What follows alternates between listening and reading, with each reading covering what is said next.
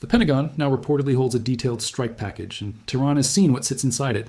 Fast attack boats, mine-laying vessels, coastal missile systems hidden in the mountains above Bandar Abbas, drone launch areas, underground naval facilities. Reports emerging over the last several days claim United States military planners assembled options focused directly on the asymmetric capabilities Iran has relied upon to pressure the Strait of Hormuz. What matters is the timing. That list surfaced at the same moment officials were speaking about a peace arrangement already being mostly negotiated. The timing was not random. You do not reveal a target package while reaching across the table for an agreement unless the agreement itself is still unsettled, unless the pressure is part of the negotiation, unless the list itself is meant to shape the outcome. This is larger than another Middle East headline moving across a screen. Around 1/5 of the planet's oil and liquefied natural gas passes through that narrow channel. Or at least it did before late February, when movement there effectively stopped. The increase in fuel prices, the rise in grocery costs, the reasons the Federal Reserve has remained frozen. All of it traces back through that waterway. So when Washington drafts plans describing what could be struck, and Tehran suddenly becomes more willing to talk, the world is watching energy prices get negotiated live with military force sitting in the background. By Sunday, May 24th, 2026, the conflict had entered its third month. During the previous 48 hours, events did not slowly evolve. They lurched forward. Donald Trump posted to Truth Social on Saturday that a deal had been largely negotiated, pending final approval between the United States, Iran, and what he described as various other countries. He stated directly that the agreement would reopen the Strait of Hormuz. That announcement spread globally within roughly 90 minutes. Peace, shipping resumes, oil prices ease, the pressure breaks. Then Tehran pushed back almost immediately, not with a full rejection of diplomacy, but with something narrower and more revealing. Iran's semi-official Fars news agency stated that even if an agreement were reached, the Strait of Hormuz would still remain under Iranian management. Tasnim, another state-aligned outlet, went even further, declaring the strait would not return to its pre-war condition. Placed beside Trump's statement, those comments expose the core disagreement. Washington describes a reopened waterway. Iran describes continued control. Those are not identical arrangements. They are separate outcomes being presented as though they belong to the same deal. That difference is the center of the dispute. Many observers insist peace has arrived. Others warn war is unavoidable. Both arguments skip past the actual divide. Marco Rubio, serving simultaneously as Secretary of State and National Security Advisor, traveled through India over the weekend. His wording reflected how fragile the negotiations still were. He said substantial progress had occurred. He suggested positive developments could emerge on Sunday. But nearly in the same sentence, he cautioned the news would not be final. Good news, not final news. That phrasing matters because it suggests a framework may exist, while the foundation underneath it still remains unfinished. At the heart of the unresolved structure are two issues: the strait itself and uranium. The waterway comes first because that is where the strike package is centered. According to reporting described at CNN, the proposed agreement contains two phases. Phase 1 would reopen the Strait of Hormuz. Maritime security would be restored across the region.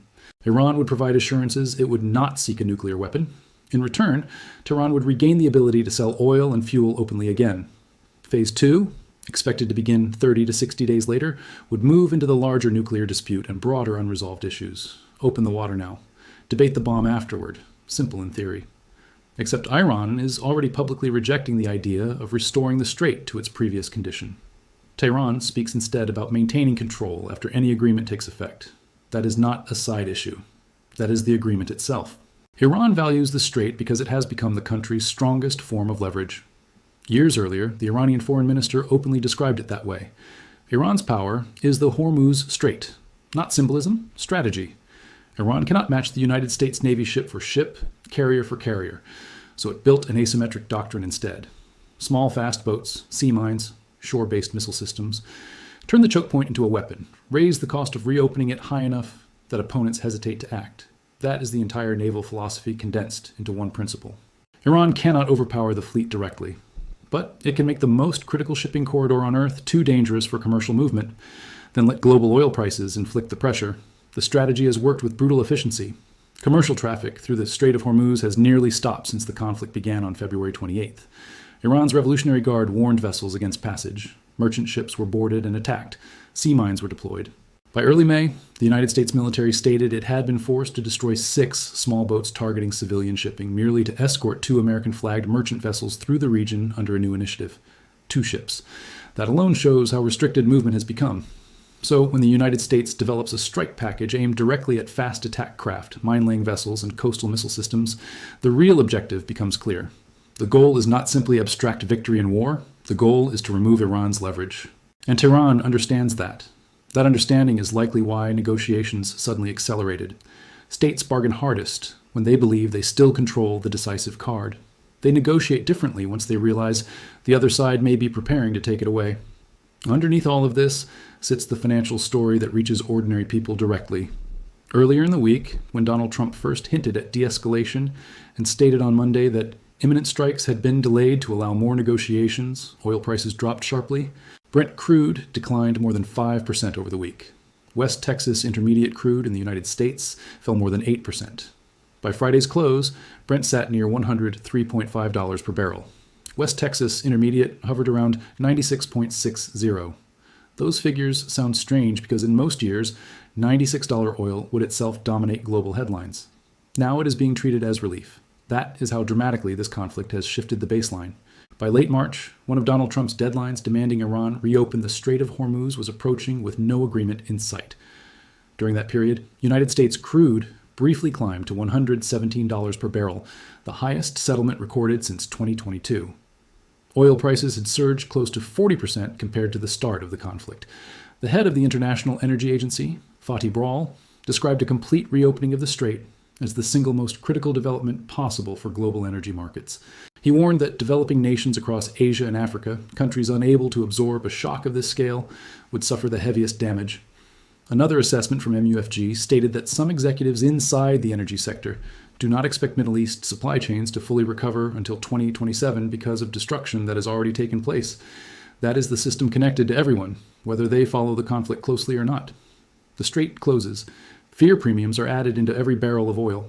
At the height of the crisis, traders estimated roughly $30 of pure anxiety was built directly into pricing. That increase flows into gasoline. Gasoline then raises the expense of transporting nearly everything inside an economy. That is why the Federal Reserve has remained trapped against the wall. People have already noticed it. The expected interest rate cuts never arrived.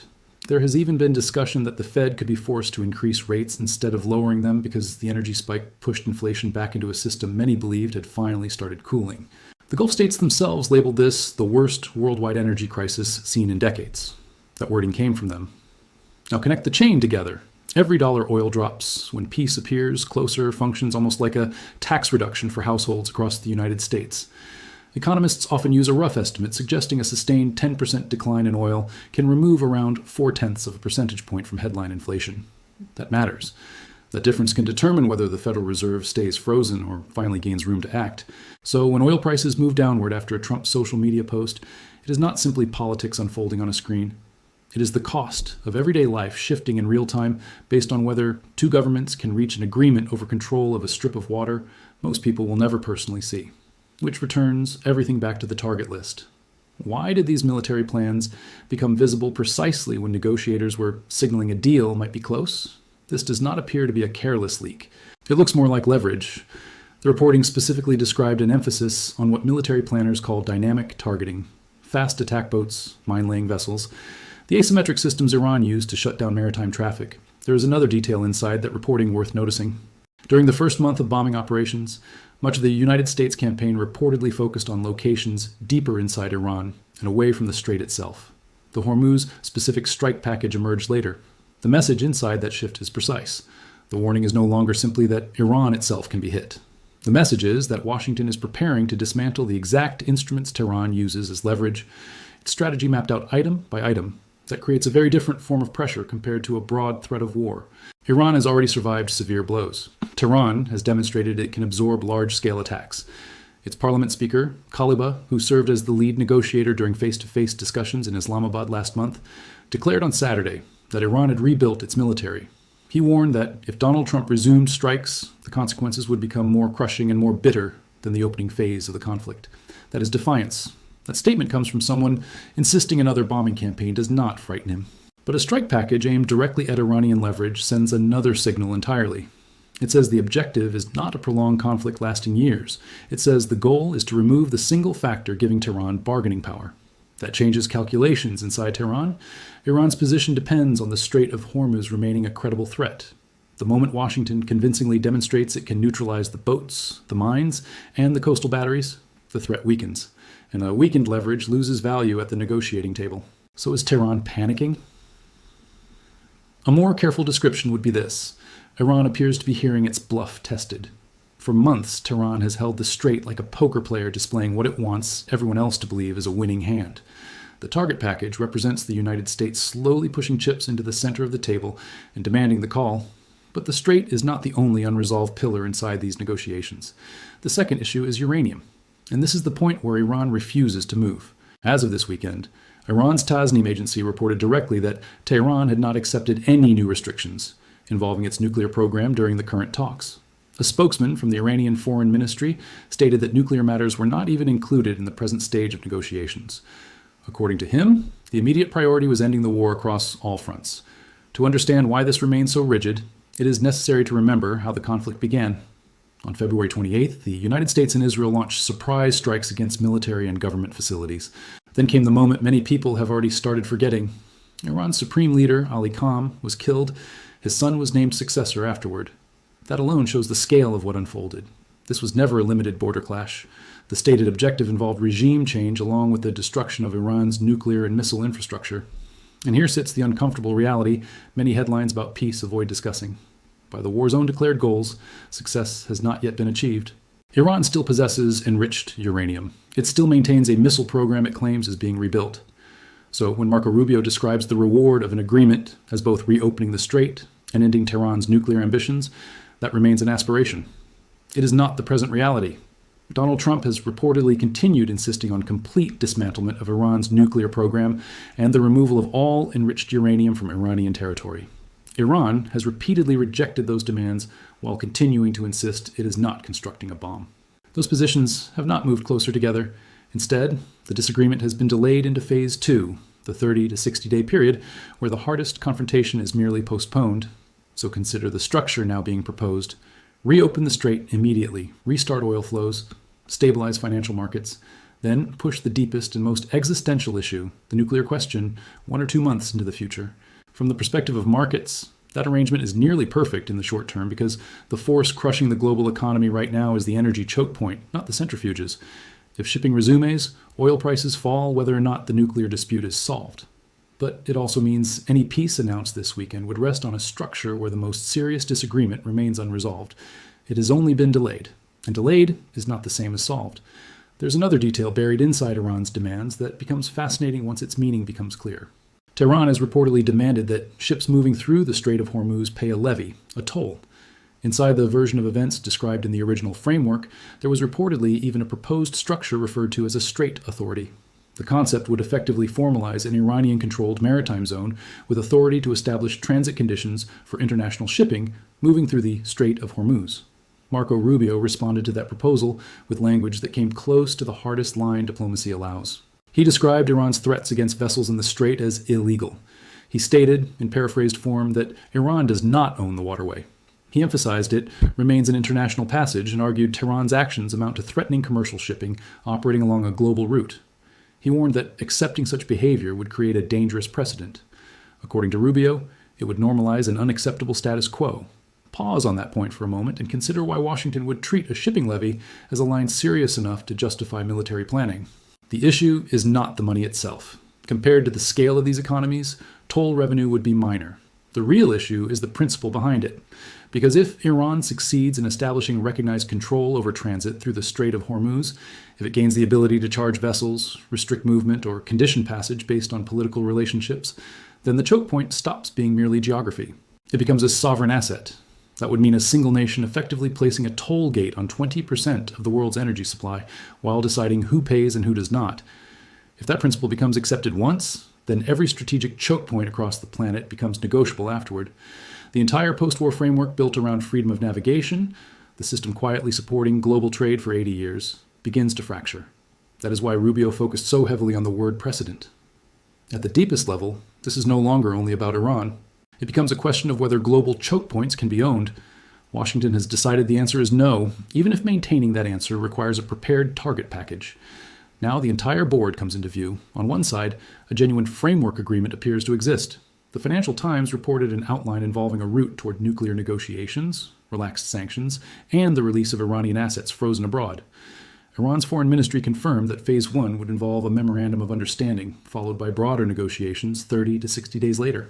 Real negotiators are meeting in real rooms. Vice President Vance, Special Envoy Steve Witkoff, reports even suggesting Jared Kushner participated alongside Iran's Khalib.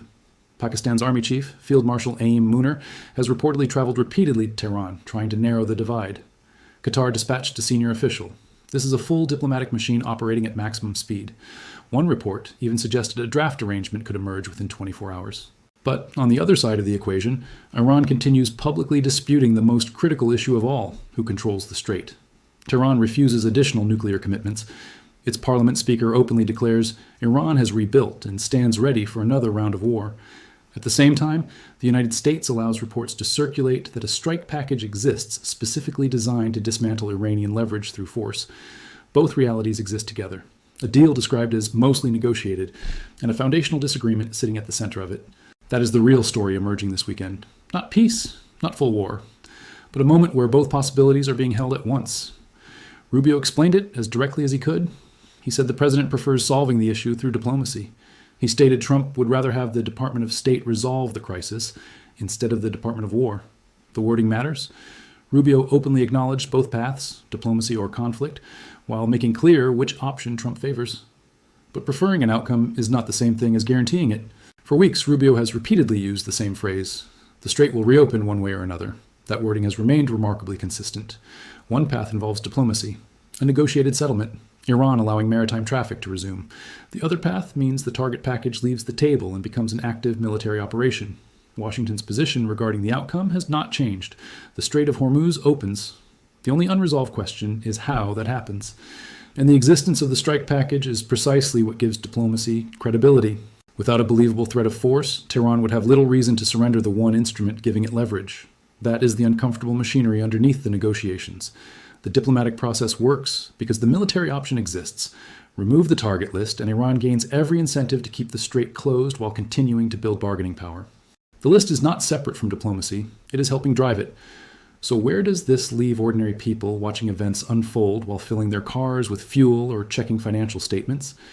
It leaves them inside a deeply unstable moment. Markets have already started pricing in peace. That is why oil declined this week. That is why the move has been treated as relief. But markets are currently pricing in a version of peace Iran has not fully accepted. If the framework survives, if Tehran genuinely restores the strait to pre-war shipping levels, oil likely continues falling. Inflation pressure eases. The Federal Reserve gains flexibility. Financial strain on American households begins lifting over the coming weeks. That optimistic scenario is real.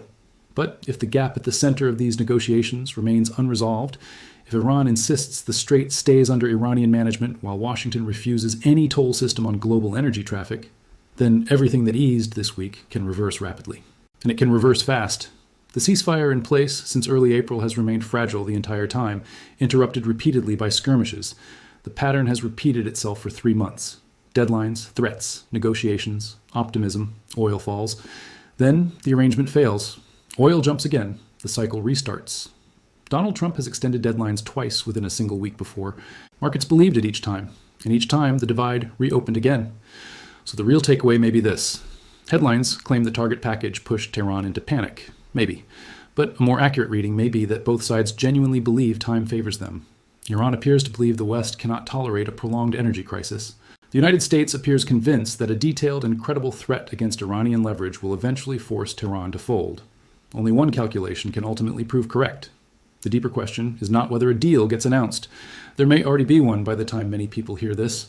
The real question is whether an arrangement reopening the strait while postponing the nuclear dispute into Phase 2 and leaving control of the waterway intentionally vague can truly be called peace at all, or whether it simply reprices the war premium for several weeks before the next deadline arrives.